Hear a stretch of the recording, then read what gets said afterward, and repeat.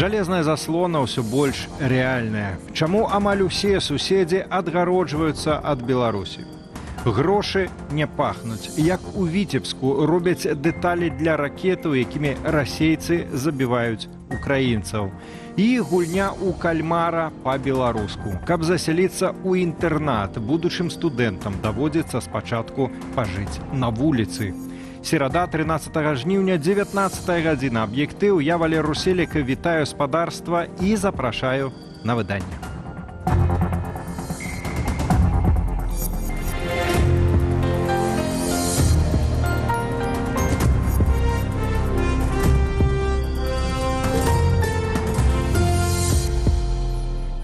Латвія рыхтуецца абмежаваць міжнародныя аўтобусныя перавозкі ў Беларусь і Расею. Міністэрства спалучэнняў нашых паўночных суседзяў вынесла на публічнае абмеркаванне праект нарматыўнага рэгулявання, які з 15 кастрычніка абавязвае дзяржаўную памежную ахову не прапускаць нерэгулярныя міжнародныя рэйсы праз пункты пропуску Патэрнікі на мяжы з Беларусю, а таксама Грэбнева і Церахава на мяжы з Расеяй. Тэму працягне Руслан Ігнатовіч.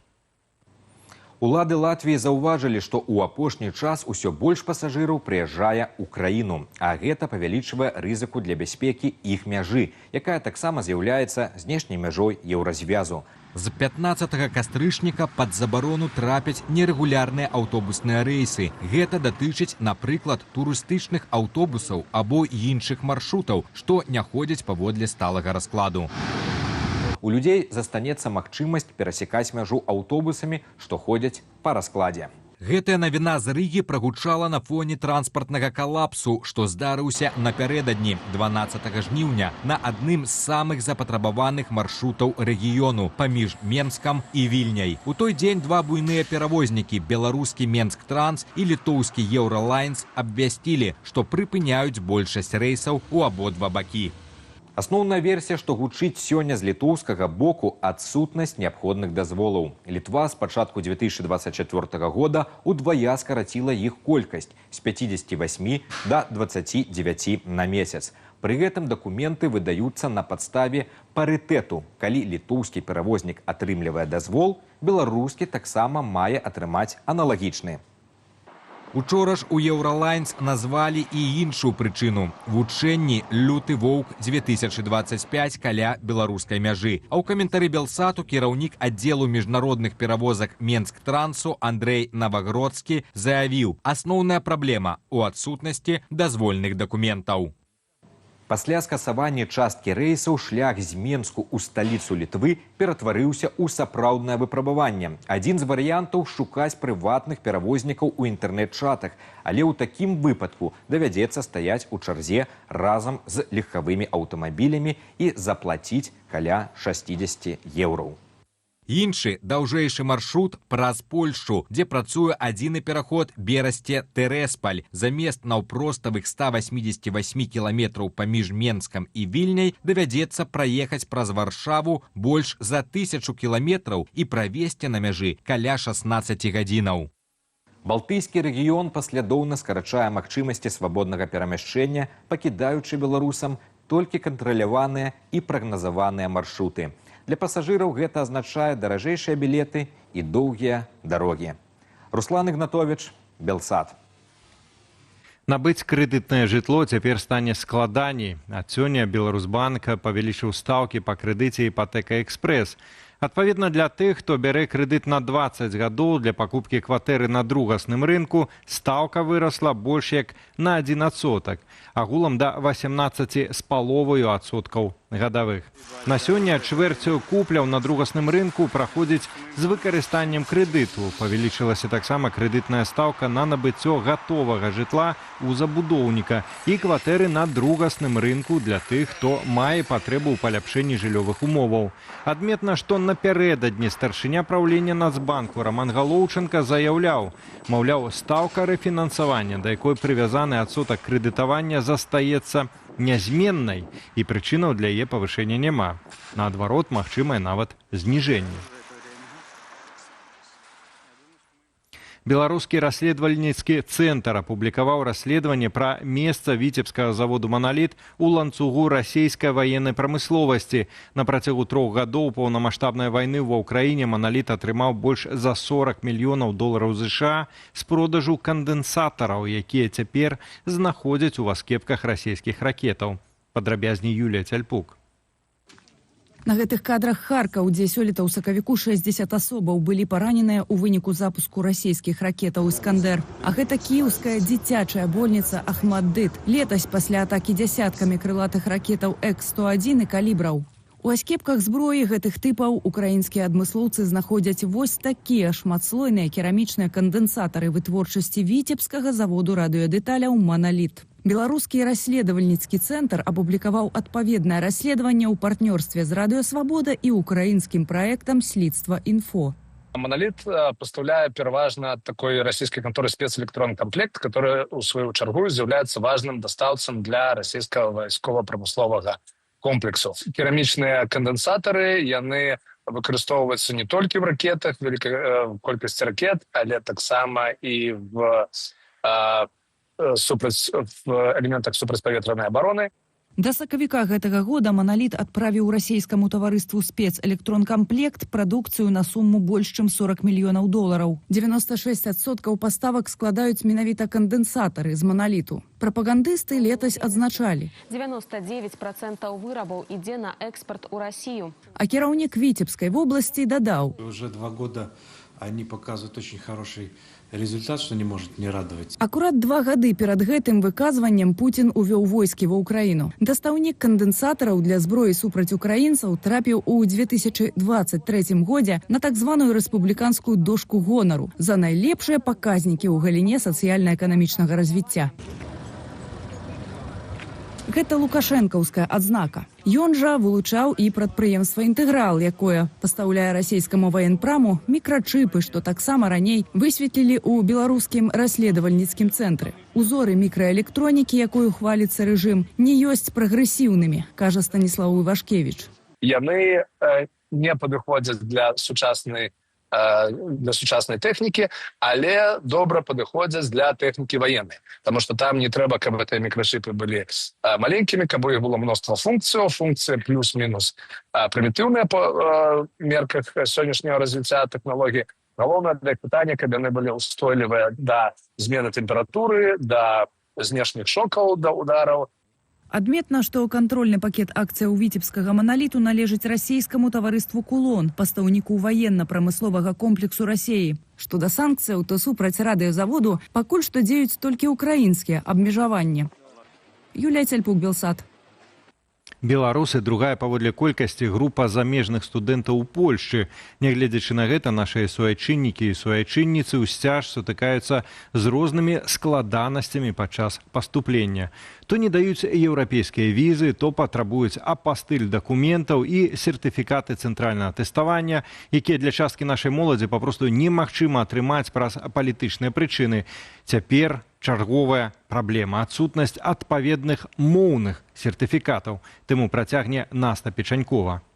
Поступленне ў замежны універсітэт мара многіх беларусаў і беларусак. Зачастую яны абіраюць польскія універсітэты. Праз блізкасць да радзімы, падобную на беларускую мову, а таксама еўрапейскую якасць адукацыі. Аднак цяпер стаць польскім студэнтам стане складаней. Новыя патрабаванні да замежніку агучыла Міністэрства адукацыі Польшчы. Згодна з імі, з 1 жніўня абітурыент мусіць мець сертыфікат ведання мовы на ўзроўні Б2. Пры гэтым прымаюцца толькі сертыфікаты дзяржаўнага іспыту альбо ESL Details. Шмат студэнтаў зараз знаходзяцца ў такой сітуацыі тупіка, таму што яны менавіта маюць ужо гэта пацверджанне аб зарячэнні, яны ўжо ўнеслі гэтую плату за навучанне, але не могуць проста нават фізічна, легальна зараз паступіць у гэта ВНУ і навучацца. Раней пацвердзіць веданне мовы можна было непасрэдна ва ўніверсітэце падчас унутранага іспыту. Аднак пастанова Мінадукацыі выключыла такую магчымасць. На думку ведомства, ацэнка камісіі ВНУ можа быць больш перадузятай, чым камісіі дзяржаўнага іспыту. Пастанова Мінадукацыі сталася працягам візавага канфлікту ў МЗС Польшчы, падчас якога высветлілася, што 1000 асобаў, пераважна з Азіі і Афрыкі, прыязджалі ў Польшчу як студэнты прыватных ВНУ. Аднак вучобу не працягвалі, а візы выкарыстоўвалі дзеля адной мэты – доступу да еўрапейскага рынку працы. Беларусам, як сцвярджае польскі МЗС, у візах адмаўляюць нячаста. За першыя 5 сёлетніх месяцаў са 161 заявы адмовілі толькі 10 асобам. Пры гэтым беларускія студэнты скардзяцца на іншую праблему. Візы выдаюцца менш як на год, тым самым не дазваляючы студэнтам адвучыцца 2 поўныя семестры. Праблемай займаецца аб'яднаны пераходны кабінет. Сапраўды гэта б'е і па тых, хто не планаваў злоўжываць візамі, а тых, хто планаваў вучыцца ва універсітэтах, сапраўды.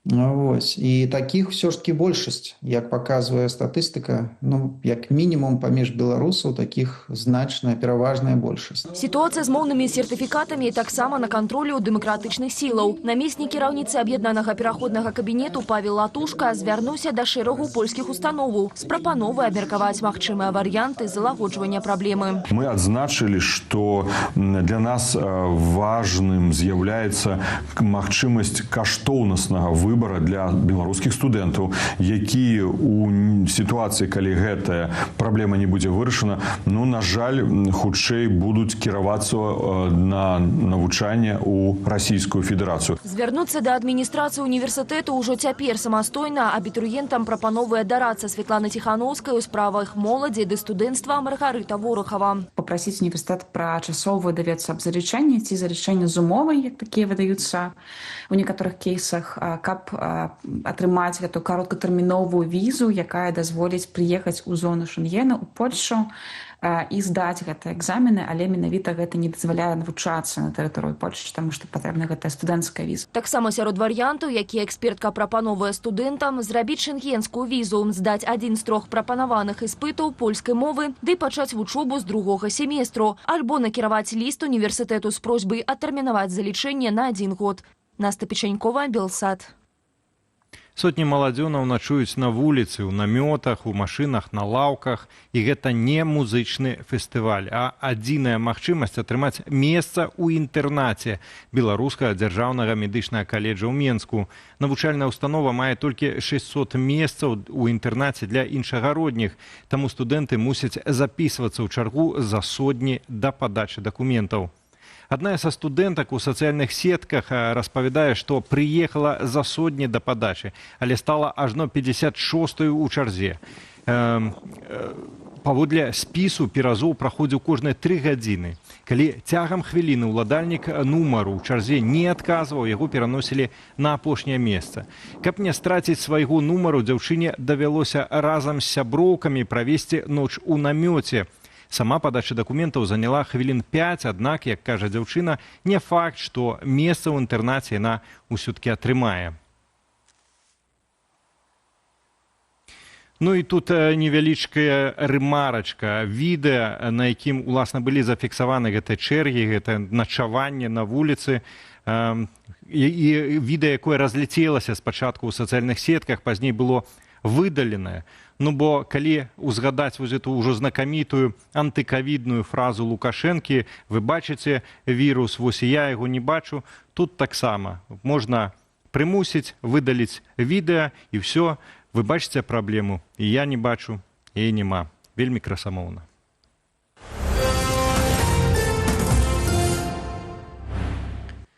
Уладзімір Зеленскі разам з еўрапейскімі партнёрамі спадзяюцца, што галоўнай тэмай сустрэчы на Алясцы паміж Дональдам Трампам і Уладзімірам Пуцінам будзе неадкладнае спыненне вагню. Пра гэта заявіў прэзідэнт Украіны падчас брыфінгу разам з канцлерам Нямецчыны Фрыдрыхам Мерцам у Берліне. Са словаў Зеленскага, падчас відэасувязі Дональд Трамп прапанаваў скантактавацца з ім і абмеркаваць усе вынікі, калі тыя будуць, ды вызначыць наступныя крокі. Адказваючы на пытанні журналістаў, Зеленскі яшчэ раз паўтарыў, што паводле Канстытуцыі Украіны усялякія тэрытарыяльныя пытанні не могуць абмяркоўвацца насуперак волі народу. Прэзідэнт Украіны, еўрапейскія лідары і адміністрацыя ЗША праводзяць кансультацыі ў фармаце відэаканферэнцыі, мэта якіх пераканаць Дональда Трампа адстойваць інтарэсы Кіева падчас планаванай сустрэчы з Уладзімірам Пуціным.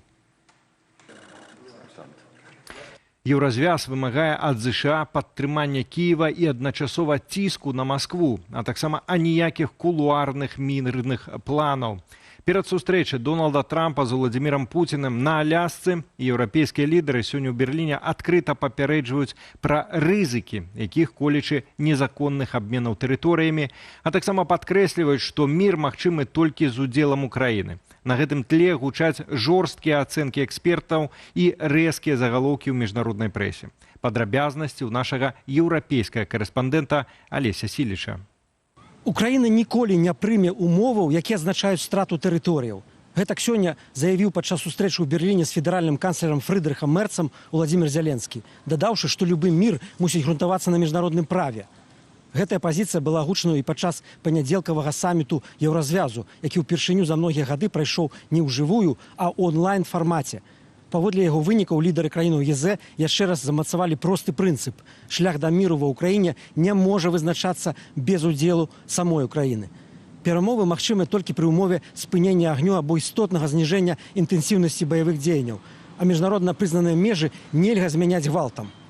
Тым часам, як перадае Reuters, за апошнія дні расійскія войскі зрабілі рэзкі прарыў на ўсходзе Данецкай вобласці. Украінскія крыніцы сцвярджаюць, што гэта спроба Масквы атрымаць вайсковы туз або нават джокер перад сустрэчаю Трампа і Пуціна паслязаўтра на Алясцы. У Киеве бачаць у гэтым звыклую тактыку Крамля – узмацніць ціск на фронте, каб патрабаваць саступак пад выглядам міру. Вось як на сітуацыю глядзяць у цэнтры еўрапейскай палітыкі ў Брусэлі.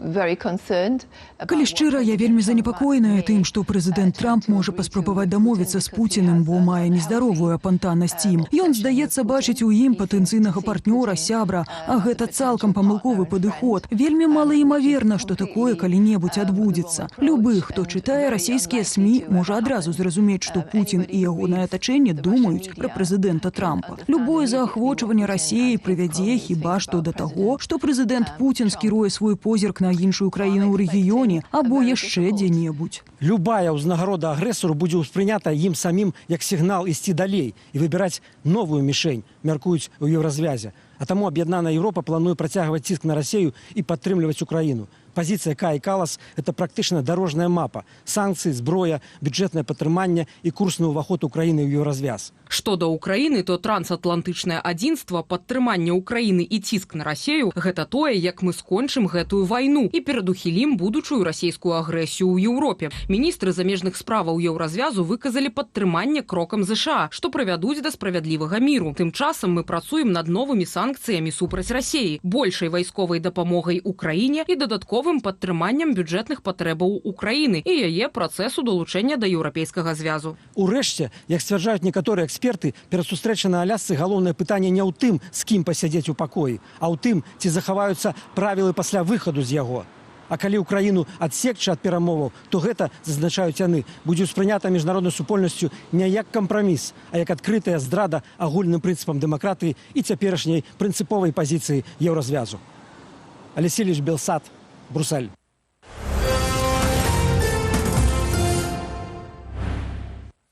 Градус на беларускіх трыбунах неўзабаве можа падняцца.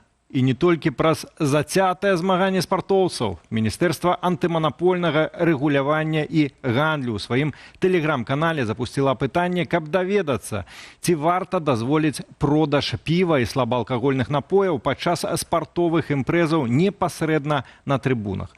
У якасці прыкладу прыводзяць Менск-арэну. Большасць апытаных, амаль 60%, падтрымалі такую ідэю. Каля 30 выступілі супраць. Крыху больш за 10% мяркуюць, што права выбару варта пакінуць арганізатарам. Традыцыя піць грамотна у нас не вельмі распрацована, і вы бачыце, колькі злачынстваў па прычыне з-за алкаголю з'яўляецца ў краіне. Але вялікія грошы, якія ад падаткаў па продажу алкаголю прыходзяць у бюджэт, яны значныя. І зараз для бюджэту гэта значна шукаць больш магчымасці прадаваць алкаголь людзям. І калі вы пабачыце усе дыктатарскія краіны, такія як Беларусь, як Расія і іншыя, то алкаголь там самы танное, что есть, самое легкое, что можно купить. Цяпер, згодна з законам аб масавых мерапрыемствах у Беларусі забароненая рэалізацыя алкагольных напояў, у тым ліку піва, непасрэдна на спартовых аб'ектах і на прылеглай тэрыторыі за 2 гадзіны да пачатку падзеі. Правіла дзеі ўжо больш за 15 гадоў. Былі, што праўда, і выняткі. Да прыкладу, падчас хакейнага чэмпіянату свету і другіх еўрапейскіх гульняў. Тады ўводзілі часовыя дазволы на продаж слабаалкагольных напояў. У якасці аднаразовай захады ў фан-зонах і на арэнах арганізоўвалі абмежаваныя пункты продажу разліўнога піва. Менская футбольная «Дынамо» закрывае драматычны раздзел сваёй гісторыі. Галоўны трэнер каманды Вадзім Скрыпченка сыходзіць з клубу, які ўзначаліў яшчэ ў лістападзе 2022 года. Пасля няўдалых вынікаў на старце сезону босы прынялі палавіністую пастанову.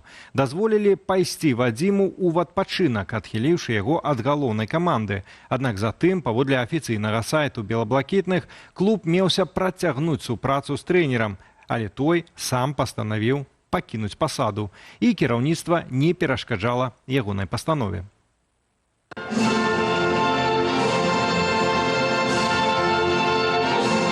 Сёлетнія паразы ў нацыянальным чэмпіянаце і ўмяшанне вонкавых спецыялістаў у трэнінгавы працэс паставілі Скрыпчанку ў вельмі няпростае становішча. Кульмінацыяй стала параза «Дынамо» ад балгарскага «Лудагорца», а таксама няўдалы выступ у Еўракубках. Гэта канчаткова пахіснула давер кіраўніцтва да коўча. Пры гэтым міністр спорту Сергей Ковальчук, так званы куратар сталічнага клубу, ужо даўно быў незадаволены дзеяннямі галоўнага трэнера. Ковальчук уже не объяснишь, что когда есть должное финансирование и хорошие игроки, плюс хороший тренер, то конкурировать с таким «Динамо» можно и даже нужно. А они для того, чтобы выслужиться, условно говоря, попродавали всех игроков, чтобы показать, вот мы работаем на плюс, а не только тратим деньги. Распродали всю команду. В целом «Динамо» стало неконкурентоспособным даже внутри чемпионата, поэтому 100% его роль там, конечно, есть. Под кіраўніцтвам Вадзіма Скрыпчанкі белаблакітныя пасля 19гадовага перапынку сталі чэмпіёнамі краіны ў 2023 годзе. Затым здолелі абараніць тытул, прабіліся ў асноўны раунд лігі канферэнцыяў. Упершыню заваявалі нацыянальны суперкубак. Выконваць абавязкі галоўнага трэнера «Дынамо» будзе Александр Павлов, у штаб якога ўвайшоў Дмітрий Лянцевич. Александра Павлова я знаю, с ним играл в одной команде. Это такой тихий, спокойный парень, который будет выполнять то, что ему говорят. Без эмоций, без ничего. То есть, я не знаю, насколько он сможет этот коллектив подготовить. Ну, я опять-таки повторюсь, что они будут бороться за второе место. То есть чемпионство там уже понятно, что никто не отдаст. Сёлета менская «Дынамо» скончыла свой удзел у Еўракубках на стадыі кваліфікацыі. У нацыянальным чэмпіянаце пакуль займае другі радок, адстаючы ад лідара клубу МЛ «Віцебск» ужо на 13 балаў. Павел Алейнікаў, Александр Баразенко, Белсат. У аб'ектыве на сёння гэта ўсё. Болей навіны ў нашым тэлеграм-канале, на які вы можете перайсці праз QR-код на вашых экранах. Ну і інфармацыйны вечар працягваецца. Спадарства чакаюць Белсат онлайн і студыя Белсат, якія мы правядзем разам з Алесем Залеўскім, які з хуткасцю рэйсавага аўтобуса праз мяжу Менск-Вільня з'явіўся у нас у студыі. Вітаю. Так, будзе сёння пра гэта. Вітаю спадарства. Сёння разбярэмся, чаму Літва амаль у 2 разы абмежавала аўтобусны рух з Беларусі. А таксама заявы міністра абароны Віктара Хрэніна пра выпрабаванне на нашай тэрыторыі ракетнага комплексу «Арэшнік» і прымянення ядравай зброі. А пакуль агляд самых цікавых публікацый нашай старонкі Белсат.eu.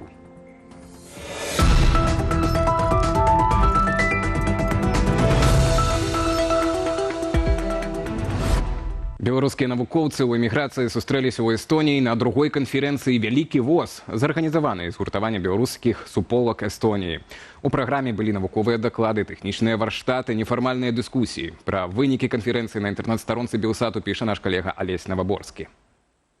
У з'ездзе ўзялі ўдзел 20 даследнікаў з Польшчы, Швейцарыі, Нямецчыны, Літвы, Францыі, Італіі, Аб'яднанага Каралеўства і Эстоніі. Навуковыя інтарэсы ўдзельнікаў ад клеткавай біялогіі да астрафізікі. Закраналі такія тэмы, як навуковая этыка, развіццё штучнага інтэлекту, астрафізіка і аэракасмічныя тэхналогіі, генетыка і сінтэтычнае жыццё, біяархеалогія і шмат іншага. Навукоўцы пастанавілі развіваць узаемадзеянне, штогод ладзіць вялікі ВОЗ як флагманскую імпрэзу супольнасці, разам запускаць і рэалізоўваць праекты, што пераносяць перадавыя навуковыя ідэі ў тэхналогіі, грамадскія ініцыятывы, адукацыю і культуру. Падрабязней пра ініцыятыву беларускіх даследнікаў чытайце на старонцы belsat.eu.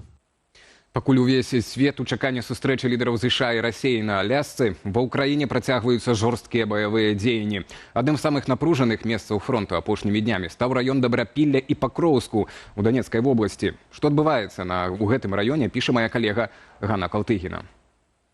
Расійскія войскі здолелі прасунуцца ў Донецкай вобласці, спрабуючы перарэзаць ключавыя дарогі і блакаваць Пакроўска-мірнаградскую агламерацыю. Вайсковае кіраўніцтва ўкраіны зняпраўджвае прарыў і кажа, што гаворка пра лакальнае прасоўванне. У інстытуце вывучэння вайны лічаць, што расійскія войскі маглі заняць некалькі населеных пунктаў. Пакуль заўчасна казаць аб прарыве аператыўнага ўзроўню, але мэта Расіі – ператварыць тактычныя поспехі ў сур'ёзны прарыў ужо найбліжэйшымі днямі. Заходнія эксперты мяркуюць, што Масква можа выкарыстоўваць гэтае прасоўванне як аргумент на саміце з ЗША 15 жніўня, падаючы захоп Донецкай, Луганскай, Запорозскай і Херсонскай вобласцяў як непазбежны. Пры гэтым інстытут вывучэння вайны падкрэслівае, гаворка не пра хуткую акупацыю. Баявыя дзеянні ў Донецкай вобласці, імаверна, будуць працягвацца гадамі. Маркетплейс Wildberries ўжо шмат гадоў займае галоўную пазіцыю ў онлайн-гандлі краіны. Аднак з ростам бізнесу растуць і прэтэнзіі ўладаў. Менск патрабуе ад кампаніі адказваць за кантрафакт, падтрымліваць мясцовых вытворцаў, ствараць працоўныя месцы і працаваць у інтарэсах дзяржавы. На сайце Белсату разбіраліся, як Wildberries ужываецца з уладамі Беларусі. Маркетплейс не раз рабіўся аб'ектам увагі кантрольных органаў у Беларусі. Сёлета ў лютым Міністэрства антыманапольнага рэгулявання і гандлю запатрабавала ад Wildberries зліквідаваць парушэнне заканадаўства аб абароне правоў спажыўцоў і спыніць продаж забароненых тавараў. У жніўні гэтага года ў продажы на гандлёвай пляцоўцы з'явілася кніга Сашы Філіпенкі «Слон». Пасля ўвагі прапагандысцкіх медыяў яе прыбралі з ліку прапановаў. У ліпені на маркетплейсе знайшлі тавары з прыкметай экстрэмісцкай сімволікі і атрыбутыкі, вокладкі для пашпартоў, налепкі і гэтак далей. Аднак дасюль кампанія расейкі Таццяны Кім працягвае працу на беларускім рынку. Пра тое, колькі зарабляе кампанія і яе супрацоўнікі, чытайце на старонцы belsat.eu. Ад канцэрту Макса Каржа ў Варшаве мінула 4 дні, але рэха-івенты адбываюцца ў сацыяльных сетках дагэтуль. Пра маральную паніку пасля канцэрту, сам канцэрт, беспарадкі, бандэраўскія сцягі. Некалькі суб'ектыўных каментараў у сваёй калонцы на старонцы Белсату піша Якуб Бернат. За некалькі гадзінаў з сітуацыі, калі амаль нічога асаблівага не адбылося, паўстаў апакаліптычны вобраз, на які ў маральным рэфлексіі асуджэння выказваўся кожны, хто толькі мог ды меў жаданне. Узбуджаная частка фанаў беларускага рэпера Макса Каржа ўварвалася на поле варшаўскага нацыянальнага стадыёну і трохі падужылася заховай. Ці навіна гэта? Яшчэ ў 1966 годзе ў Варшаве адбыліся сутыкненні з міліцыяй перад канцэртам Rolling Stones. Адзінае, да чаго можна было прычапіцца, піша аўтар, гэта сцяг у колерах УПА, які прынёс адзін чалавек з 60 000 гледачоў. На відэа нават бачна, што хтосьці адмыслова зрабіў буйны план гэтых сцягоў. Гэтая выява была растыражаваная 1000 разоў, а між тым вінаваты ўжо паспеў папрасіць у палякаў прабачэння. Падрабязней меркаванне Якуба Берната чытайце на інтэрнэт-старонцы belsat.eu.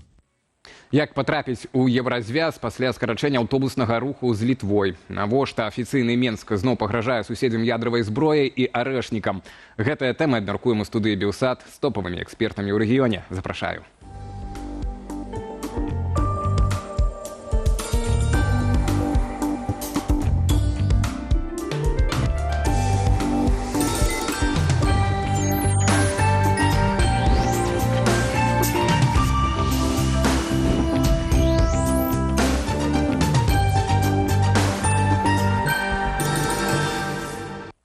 Спачатку заходнія суседзі з Беларусю зачынілі амаль усе памежныя пераходы.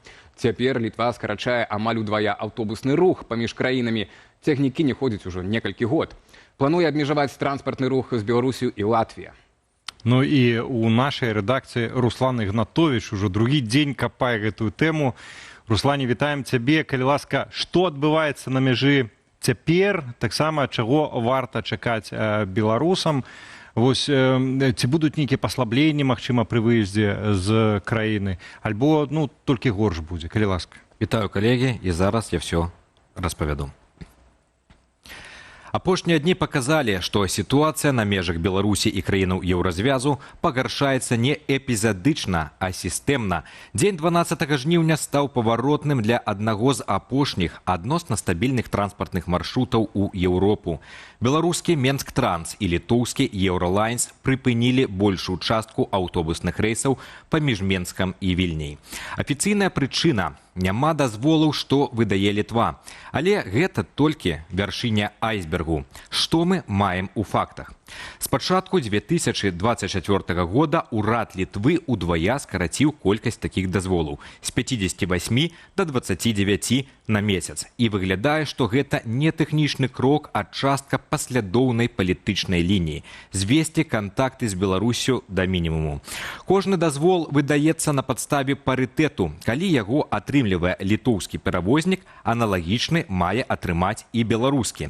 Гэта азначае, што нават пры жаданні павялічыць колькасць рэйсаў, зрабіць гэта немагчыма без удзелу дзяржаўных структураў Беларусі, а яны ў Літве цяпер хіба ў нейкім чорным спісе. Ёсць і іншае тлумачэнне. У Еўролайнс узгадалі літоўскія вайсковыя вучэнні «Люты воўк-2025» каля беларускай мяжы. Але відавочна, што гэта толькі дадатковы фон, які ўлады Літвы выкарыстоўваюць для ўзмацнення сваёй пазіцыі. Літоўская адміністрацыя транспартнай бяспекі ў сваёй пастанове спасылаецца на уведзенае ўрадам надзвычайнае становішча на мяжы з Беларусю. Маўляў, цяпер не стае рэсурсаў для кантролю на памежных пераходах. А ўжо сёння стала вядома, што іншая суседка, Латвія, з 15 кастрычніка забароніць усе нерэгулярныя рэйсы ў Беларусь праз 3 памежныя пункты. Гэта не закрыццё мяжы цалкам, але яшчэ адзін крок да стварэння вакол Беларусі заслоны. Але ведаеце, што прыкра для мяне асабіста. З моманту учорашніх абвестак пра скасаванне рэйсаў мы не пачулі ні слова ад беларускіх дэмакратычных сілаў. Маўчанне асабліва дзіўнае, калі ведаць, што яшчэ нядаўна ад дыяспары і беларусаў унутры краіны гучалі заклікі да Святланы Ціханаўскай дамовіцца з Вільняй, хаця б на цягнік Вільня-Менск-Вільня. Такі маршрут быў бы не толькі гуманітарным каналам, але і сімвалам, што беларускае грамадства не цалкам адразанае ад Еўропы, але каб пачаць пра гэта гаварыць, патрэбная палітычная воля і публічная пазіцыя. І чаго ж чакаць беларусам? У найбліжэйшай перспектыве спадзявацца на паляпшэнне сітуацыі не выпадае. У верасні ў Беларусі адбудуцца вайсковыя вучэнні «Захад-2025». Сёння міністр абароны Віктар Хрэнін ужо пагражаў выпрабаваннем ракетнага комплексу «Арэшнік» і выкарыстаннем ядравай зброі. А гэта яшчэ адзін важкі аргумент для суседзяў, каб адмежавацца ад нас. Мы можам убачыць далейшае скарачэнне квотаў на аўтобусныя рэйсы, павелічэнне часу правяранняў на мяжы, рост цэнаў на квіткі. Фактычна для беларусаў пачынае фармавацца сучасная версія жалезнай заслоны. Калегі? Руслан, то як цяпер дабірацца да Вільні еўразвязу агулам? Якія альтэрнатыўныя шляхі ты даследаваў, глядзеў? Канешне, ёсць такі перавознік, як «Эколайнс». Ён яшчэ мае дазволы, можа ездзіць, але там кошт квіткоў дасягае больш за $100. Ёсць таксама шлях праз Калінінград. Трэба туды патрапіць неяк. А потым ужо аўтобусам ехаць у Літву ці ў Польшу. А на падсадку? Можна сесть, конечно, на падсадку. Для гэтага трэба зайсці ў адмысловыя тэлеграм-чаты. Кошт прыкладна будзе каля 60 евро, але тут важны ёсць момант. Калі мы едзем на аўтобусе, для аўтобусаў ёсць выделена лінія такая, да? Тут мы мусім тады звычайна стаяць разам з звыклымі аўтамабілямі, і гэта можа цягнуцца там, не ведаю, 10-15 гадзін. Усё залежыць ад таго, як у дадзены момант там будуць працаваць памежныя службы адной ці іншыя краіны. А ёсць яшчэ таксама іншы шлях, напрыклад, праз Варшаву. І замест наўпроставага кіламетражу 188 кіламетраў паміж Менскам і Вільняй людзям давядзецца стаяць на мяжы з Польшай, это 16 гадзін, ехаць у Варшаву, перасаджвацца на аўтобус альбо цягнік і ехаць у Вільню. А гэта ўжо больш за 1000 кіламетраў.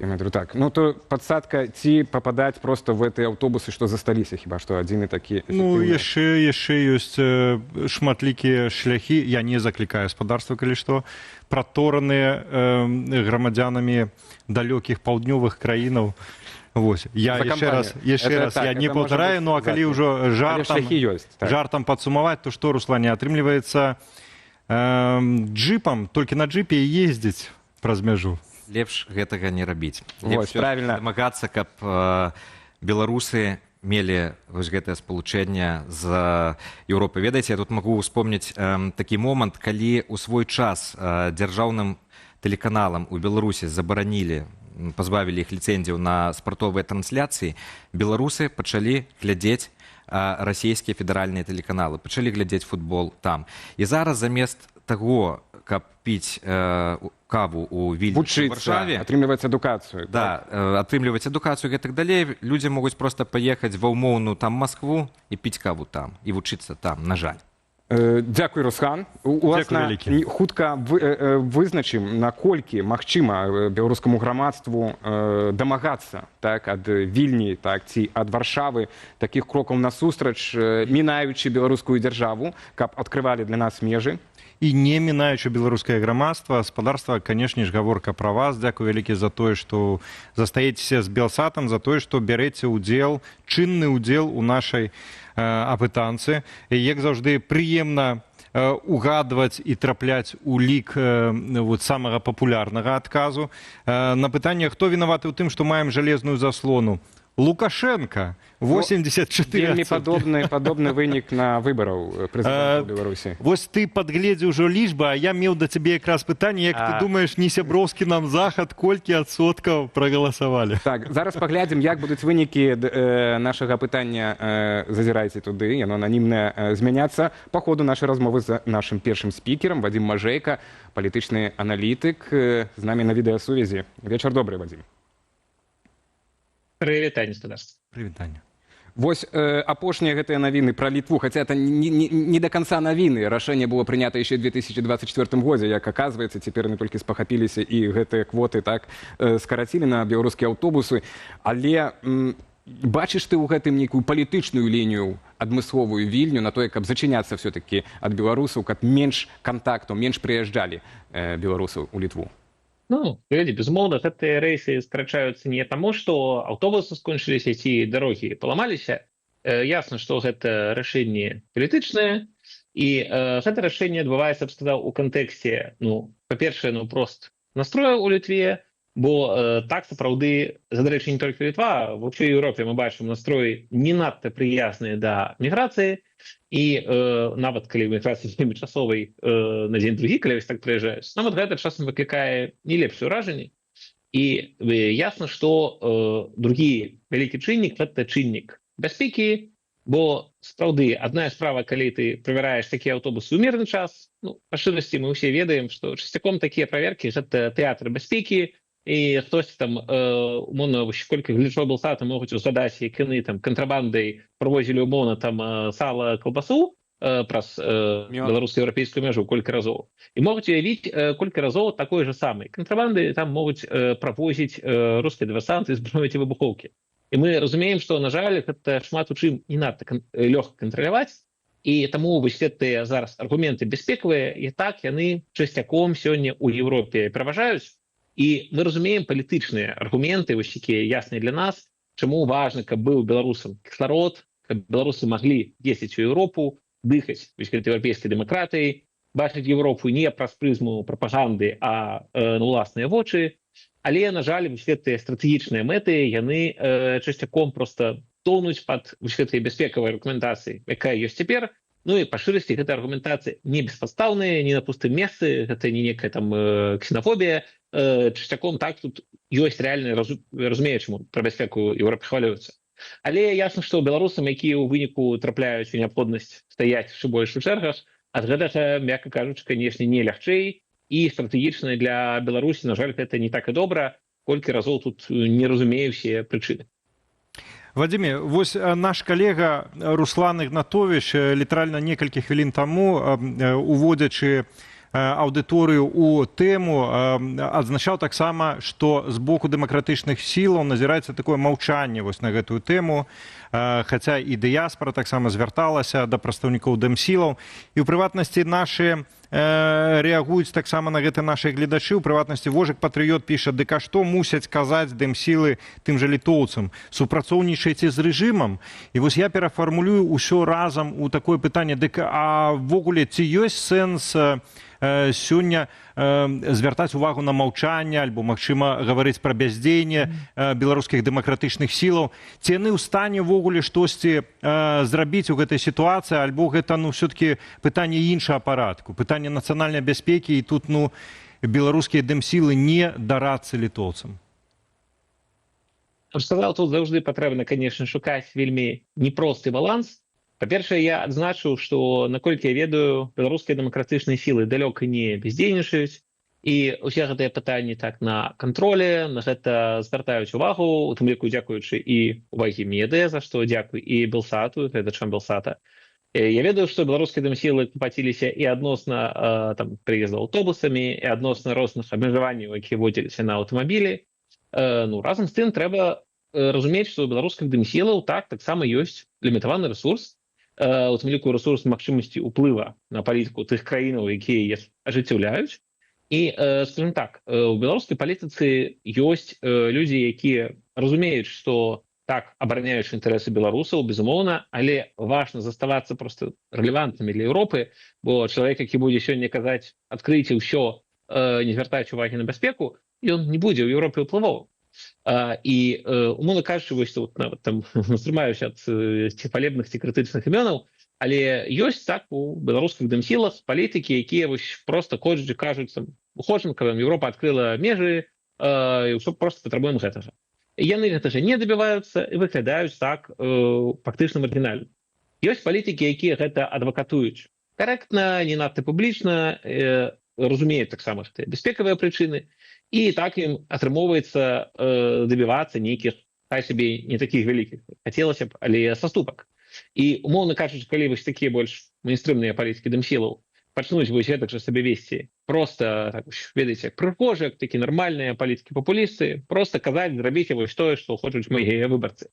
Гэта прывядзе да таго, што ім удасца паўплываць на еўрапейскія рашэнні, так як ім удаецца паўплываць у іншых сферах, ці хутчэй гэта прывядзе да таго, што гэтыя палітыкі стануць такімі ж фактычна маргінальнымі, як тыя, якія не разумеюць еўрапейскі кантэкст. І я баюся, што хутчэй другое. І ясна, што вось людзям, якія зараз згубілі свае квіткі, губляюць далейшыя свае рэйсы, што ў іх было ў Еўропе запланавана, ад гэтага абсалютна не лягчэй. Але справа ў тым, што на жаль, у Беларусі вельмі абмежаваны рэсурс. Беларускія дэмакратычныя палітыкі не могуць да нечага прымусіць суседнія краіны, бо звычайна за палітыкам стаіць яго краіна, яе эканоміка, яе магчымасць уводзіць нейкія абмежавальныя меры ў адказ і так далей. З гэтым лягчэй працаваць. А беларускія дэмакратычныя палітыкі маюць свой маральны аўтарытэт, яны не могуць да чагосьці прымушаць Еўропу. Тое самае я таксама з тымі самымі еўрапейскімі чыноўнікамі размаўляю, я таксама іх не змогу прымусіць. І в гэтым сэнсе, мне здаецца, гэта стратэгічна, я проста скончу, стратэгічна нагадвае, наколькі важна вяртацца ў сваю краіну, мець ёй уладу, каб мець магчымасць абараняць інтарэсы беларусаў, у тым ліку ў Еўропе. Вадиме, між тым, будзе несправядліва гаварыць пра тое, што дэмсілы маўчаць і пры гэтым не згадваць, дык а што ж робяць тыя, з-за каго у гэтыя абмежаванні ўвогуле і вводзяцца. Рэжым Лукашэнкі, ён жа таксама павінен быць зацікаўлены ў тым, каб не было такой транспартавай блакады, бо вось так яны хваліліся зусім недавно, што мільёны замежных турыстаў да нас едуць у Беларусь, а гэта жывыя грошы, гэта інвестыцыі, які не трэба вяртаць. І што, атрымаецца, замежныя турысты больш да нас не паедуць? Чаго ж маўчыць Лукашенко і ягоныя прадстаўнікі? Я яшчэ раскажу, што хоць лукашэнкаўская прапаганда і любіць хваліцца тымі замежнымі турыстамі, пакупнікамі, Але па шчырасці Лукашэнку пляваць, ці могуць беларусы выязджаць у Еўропу і на якіх умовах, і ці не дрэнным на межах. І калі мы пачынаем казаць, што тое, што праблема на мяжы, што гэта адказнасць беларускіх дымсілаў, то ўсіх, хто так мяркуе, я віншую асабіста адносна гэтых людзей, прапаганда перамагла і змагла ў гэтым пераканаць. Бо ясна, што ёсць першапрычыны. Можна згадаць міграцыйны крызіс на мяжы, які абсалютна штучна кіраваны з Менска, з Масквы, мы гэта бачым. Можна згадаць тыя самыя вучэнні, якія праводзяцца. І можна згадаць, як мінулыя вучэнні Захад фактычна праз паўгады перараслі ў тое, што расійскія войскі з тэрыторыі Беларусі атакавалі ўкраіну, і таму цяпер усе, хто пра гэта клапоцяцца, не алармісты, а бачаць канкрэтныя рызыкі.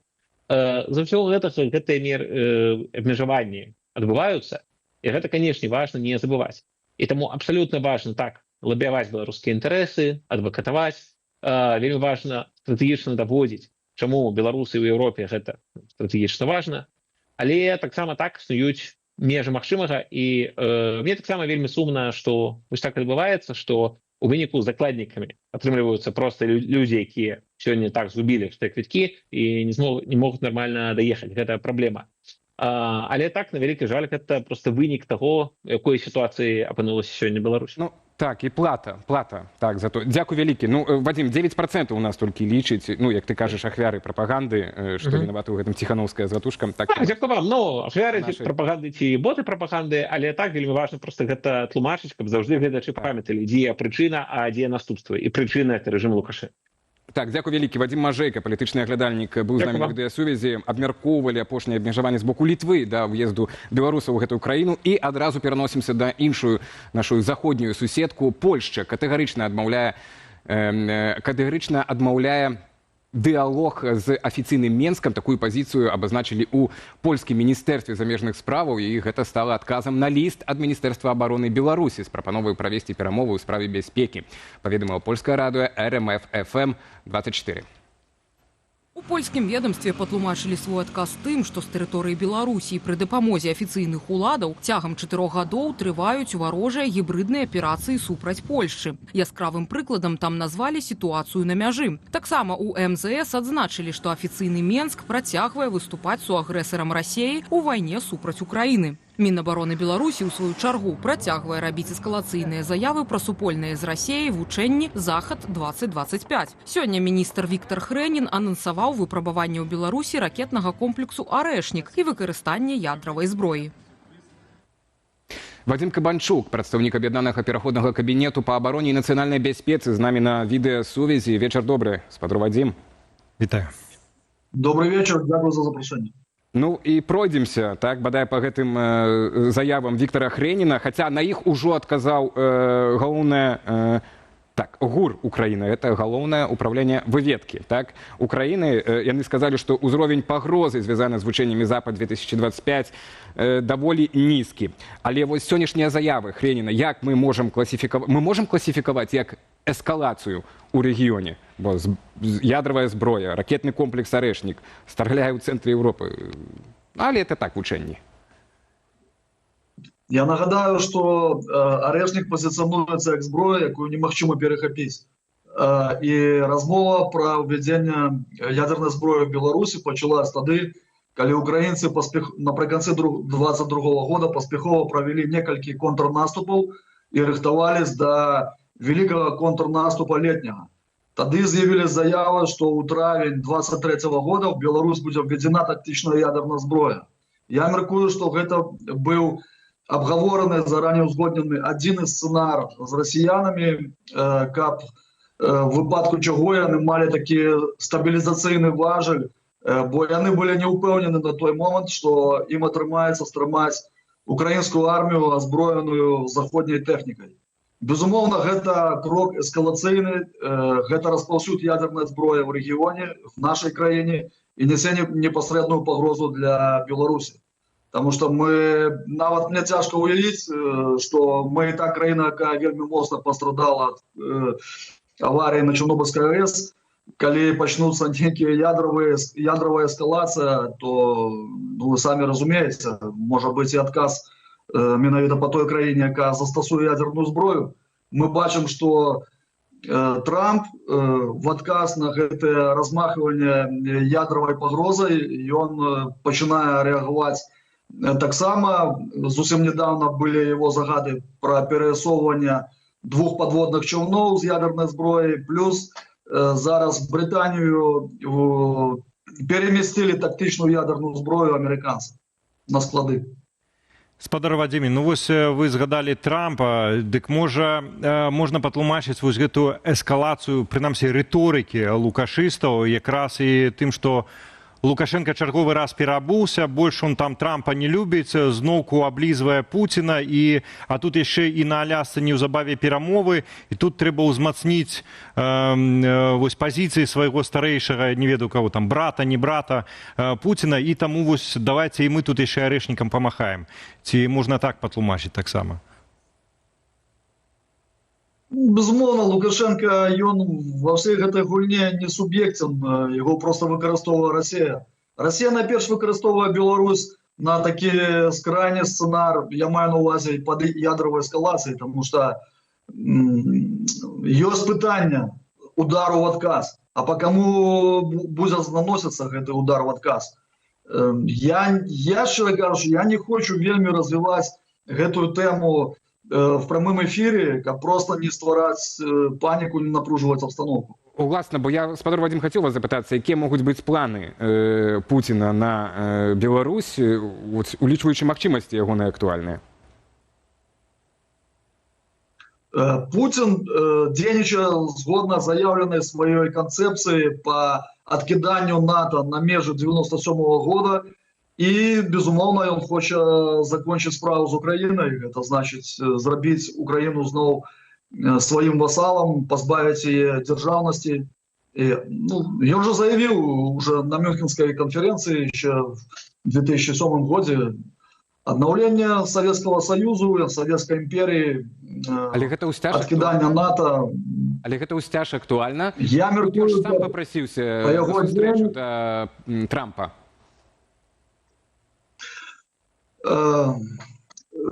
Я меркую, гэта будзе даволі цяжкая сустрэча, цяжкія перамовы.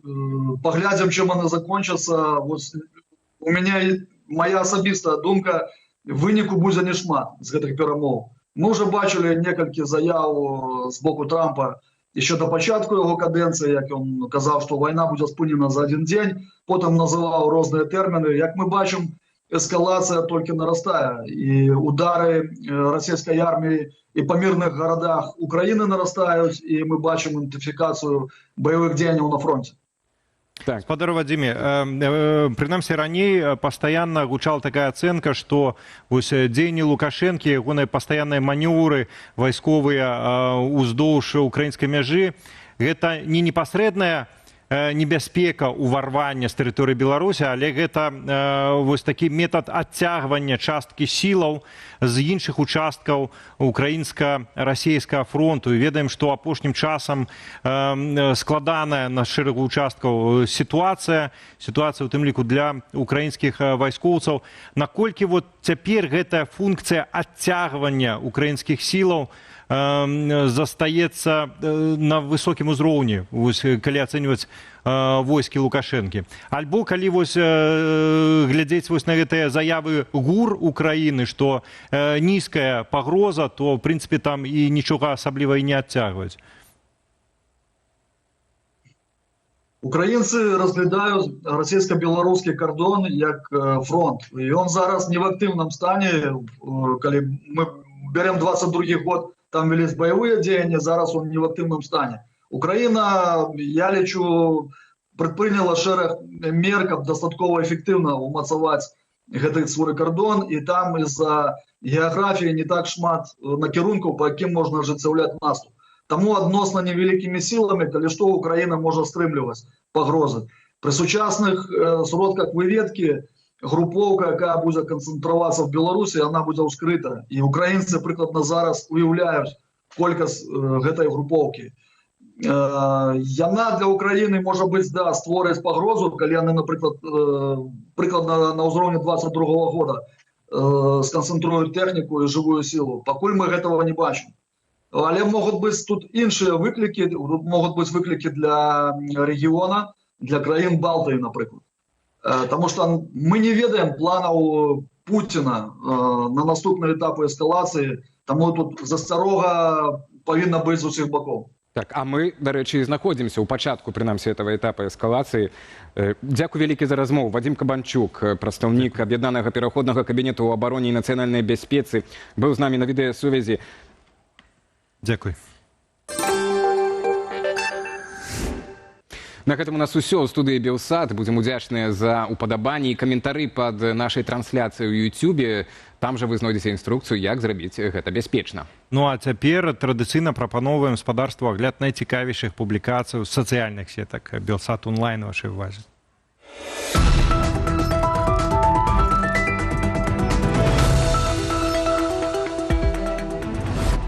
З 12 тысяч аўтобусаў, што прадаюцца ў прыязнай да афіцыйнага Менску Расіі, беларускіх толькі 2 за ліпень. Ну што ж, і выглядае, што айчынны МАЗ ужо амаль страціў рынак вось гэтых усходніх суседзяў. А нашай калегі запыталі ў падпісальнікаў YouTube каналу Белсат Ньюс, што яны думаюць пра гэта. Паўдзельнічалі ў апытанні каля 80 асобаў. Больш як палова з іх мяркуе, што МАЗ усё ж не вытрымаў канкурэнцыі на расійскім рынку. 5-я частка выказалася, што гэта адмысловая стратэгія айчыннага вытворцы быць рэдкасцю. 14% абралі для МАЗу варыянт «Хай ідуць у іншыя краіны», а 12% апытаных спадзяюцца, што прадпрыемства яшчэ адновіць аб'ёмы паставак аўтобусаў у Расію, калі зробіць надзейную тэхніку. Ці ведалі вы, што жнівень у старабеларускай мове меў некалькі назваў? А гэта сапраўды так. Якія менавіта назвы ўжывалі нашыя продкі для апошняга летняга месяцу, распавёў Віктар Шукіловіч у эфіры праграмы «Раніца з Белсатам». Цалкам выпуск знойдзеце на YouTube-канале Белсат Лайв. А цікавосткі пра жнівень на нашай старонцы ў Фейсбуку, ды праз секунду у эфіры. Жнівень у старабеларускай мове меў назву серпень ад галоўнай гаспадарчай прылады ў гэты час. Але ці чулі вы, што была яшчэ адна старая назва жніўня? Зарев. Сустракаецца вось такая назва ў старых дакументах. Гэткую назву выводзяць ад зарніцы, з полаху маланкі на небе, звычайна без дажджу. І гэта не дзіва, бо ў жніўні бывае вельмі шмат навальніц.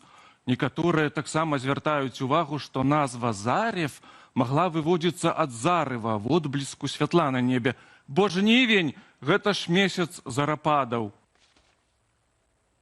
У Беларусі сезон збору грыбоў, не толькі зарападаў. Аднак у лесе аматараў ціхага палявання могуць чакаць і незвычайныя сустрэчы.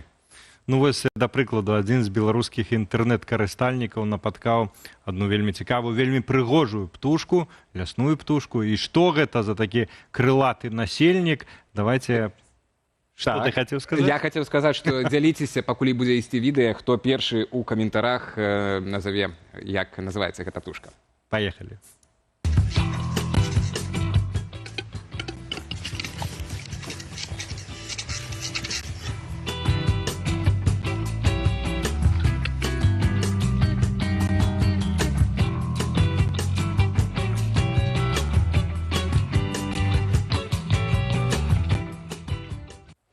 Няма пакуль правільных варыянтаў, пачакаем яшчэ ролік, а пакуль наступная тэма – прыехаць у школу на сваёй парце. Такім лайфхакам падзяліліся ў сеціве кітайскія вучні. Ну, я прыгадываю нашае школьніцтва, мы таксама давалі чаду. А між тым відэа таго, як працуе вось гэты незвычайны транспартны сродак у кітайскім выкананні можете пабачыць у інстаграме Белсату. Таксама прапаноўваем паглядзець гэты ролік цяпер, ну і без каментара. Антон Радзівонаў, Гушэц. Правильно. Поехали.